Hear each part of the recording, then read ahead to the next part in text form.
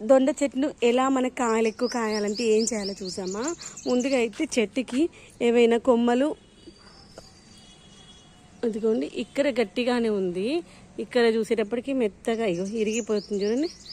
ఇక్కడ మాత్రం బాగానే ఉంది. ఇలా బాగానే ఉన్న మందం ఉంది కదా, ఇది భూమిలో పెట్టేసినా మళ్ళీ వస్తుంది.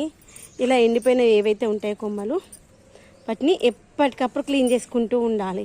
అప్పుడే మనకి కొమ్మలు అనేటువంటివి ఫ్రెష్గా వచ్చేసి మంచిగా వస్తాయి. ఇదిగోండి ఇవన్నీ ఎండిపోయినాయి. ఇక్కడికి వెళ్ళి మంచి కొత్త చిగుళ్ళు వస్తాయి. ఇలా సిజర్స్ కొత్తది కిందికి వెళ్ళి తెచ్చుకోవాలి, అది బ్రేక్ అయిపోయింది.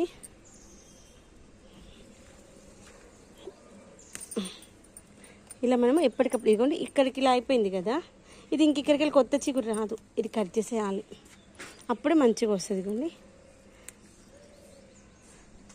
ఎంత మొక్కను మనం నీట్గా ఉంచుకుంటే